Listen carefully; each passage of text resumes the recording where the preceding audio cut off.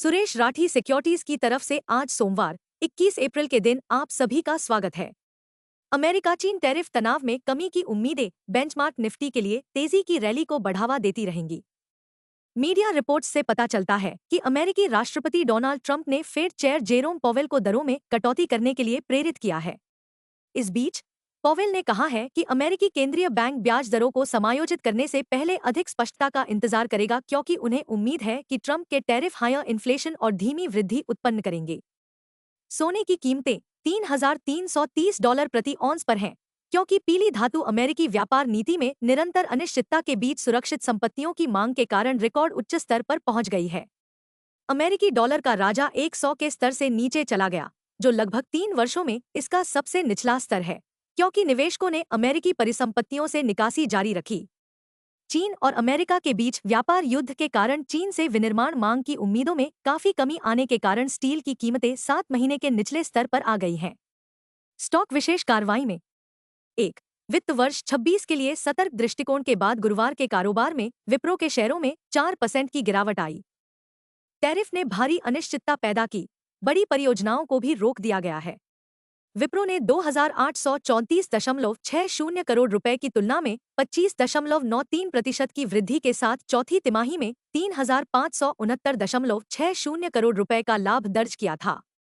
2 Sonata software के शेयरों में भी 6% से अधिक की गिरावट आई, क्योंकि कंपनी का कहना है कि चौथी तिमाही में अंतर्राष्ट्रीय राजस्व पूर्वानुमान से कम रह सकता है। 3 इन्फोसिस ने भी चौथी तिमाही के कमजोर आंकड़े और वित्त वर्ष 26 के लिए कंजर्वेटिव रेवेन्यू फोरकास्ट की सूचना दी। वित्तीय वर्ष 2026 के लिए कांस्टेंट करेंसी टर्म्स में इन्फी की रेवेन्यू वृद्धि 0% से 3% के बीच होगी, जो दिसंबर तिमाही के अंत में उनके द्वारा अनुमानित 4.5% से 5% की वृद्धि से कम है। स्ट्रीट को उम्मीद थी कि वित्त वर्ष 2026 में 2 से 4% की वृद्धि होगी। 4 वारी रिन्यूएबल्स के शेयरों में उछाल आया, क्योंकि वित्त वर्ष 2025 की चौथी तिमाही में उसका समेकित शुद्ध लाभ ₹93.76 करोड़ दर्ज किया गया, जबकि पिछले वर्ष इसी तिमाही में यह ₹51.31 करोड़ था। 5 सुजलॉन एनर्जी के शेयरों में सनश्योर एनर्जी से ऑर्डर मिलने के बाद 2% की वृद्धि हुई, जिससे पवन ऊर्जा के क्षेत्र में उनका पहला कदम सामने आया। यह परियोजना महाराष्ट्र के जाट क्षेत्र में एक्सिक्यूट की जाएगी। सुजलॉन ने सनश्योर एनर्जी से 108 मेगावाट ईपीसी पवन ऊर्जा का ऑर्डर हासिल किया है। Market trends. वॉल स्ट्रीट गुरुवार के कारोबार में व्यापार युद्ध की मंदी में देखा गया। गुरुवार के सत्र में एफआईआई 4,668 करोड़ रुपए के शुद्ध खरीदार रहे, जबकि डीआईआई ने 2,006 करोड़ रुपए के शेयर बेचे। निफ्टी की तेजी की भावना प्रबल होने की संभावना है। दिन के लिए मार्केट ब्रेथ पॉजिटिव रहने की संभावना है।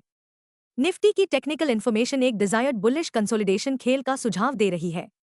एफएंडो अप्रैल महीने के आंकड़ों से पता चलता है कि निफ्टी के लिए ट्रेडिंग रेंज 22,000 से 25,000 क्षेत्र के बीच होने की संभावना है। इंडिया वीआईएक्स डर सूचकांक 15.46 के स्तर पर गिर गया। अंतिम जांच में यूएसडी आईएनआर 28 अप्रैल की समाप्ति 85.44 पर मंडरा रहा था। निफ्टी पीसीआर 24 अप्रैल 1.15 के स्तर पर है। बैंक निफ्टी पीसीआर 24 अप्रैल 1.18 पर है। Nifty outlook. बेंचमार्क निफ्टी के लिए फिर से ऊपर जाने की संभावना है।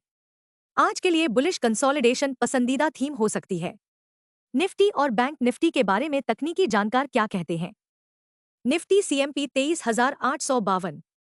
निफ्टी पर सबसे बड़ा इंट्राडे सपोर्ट अब क्लोजिंग बेसिस पर 23,618 मार्क पर है। तत्काल हर्डल केवल 24,051 मार्क पर है। दिन के लिए रेंज 23,650 और 24,000 के बीच रहने की संभावना है। दिन के लिए आउटलुक पॉजिटिव है। Bank Nifty CMP 54,290। Bank Nifty का सबसे बड़ा इंट्राडे सपोर्ट 53,500 मार्क पर है। बैंक निफ्टी का सबसे बड़ा रेजिस्टेंस अब 54,467 मार्क पर अपने सर्वकालिक उच्च स्तर पर है। बैंक निफ्टी की दिन की रेंज 53,500 से 55,000 के बीच रहने की संभावना है। दिन के लिए आउटलुक पॉजिटिव है। जैसे ही हम एक नए ब्रांड सप्ताह की शुरुआत करते हैं, यहाँ एक अच्छी खबर है जो निफ्टी बुल्स को और अधिक आशावान और आश्वस्त करेगी। अच्छी खबर यह है कि पिछले सप्ताह के कारोबार में एफआईआई 14,670 करोड़ रुपए के शुद्ध खरीदार निकले। यह हमारे आज के आह्वान के अनुरूप है, जो बेंचमार्क निफ्टी के लिए उच्च तेजी की शुरुआत की उम्मीद करता है। सबसे बड़ा पॉजिटिव कैटलिस्ट यह है, भारत अमेरिका चीन व्यापार शुल्क युद्ध के बीच एक बड़ा लाभार्थी होने की संभावना है। टेक्निकल रूप से निफ्टी अपने 21 डीएमए, 50 डीएमए और 100 डीएमए से काफी ऊपर चढ़ गया है। बुल सब निफ्टी के 200 दिवसीय औसत 24,051 से ऊपर जाने का लक्ष्य रखेंगे। 200 दिवसीय औसत 24,052 को पुनः प्राप्त करना हमेशा एक विश्वसनीय सकारात्मक संदर्भ बिंदु माना जाता है। साथ ही सभी की निगाहें बैंक निफ्टी पर होंगी, जिसने पिछले सप्ताह के कारोबार में 6.45% की बढ़त के साथ बढ़त हासिल की थी। ऐसा इसलिए है क्योंकि बैंक निफ्टी 54,467.20 पर अपने सर्वकालिक उच्च स्तर को छूने के लिए पूरी तरह तैयार है। दिलचस्प बात यह है कि एचडीएफसी बैंक और आईसीआईसीआई बैंक के शेयर पहले ही अपने अपने सर्वकालिक उच्च स्तर को छू चुके हैं। अन्य दो प्रमुख सकारात्मक उत्प्रेरक: 1. सामान्य से बेहतर मानसून की उम्मीद। 2. भारत की इन्फ्लेशन 5 साल के निचले स्तर पर आ गई है।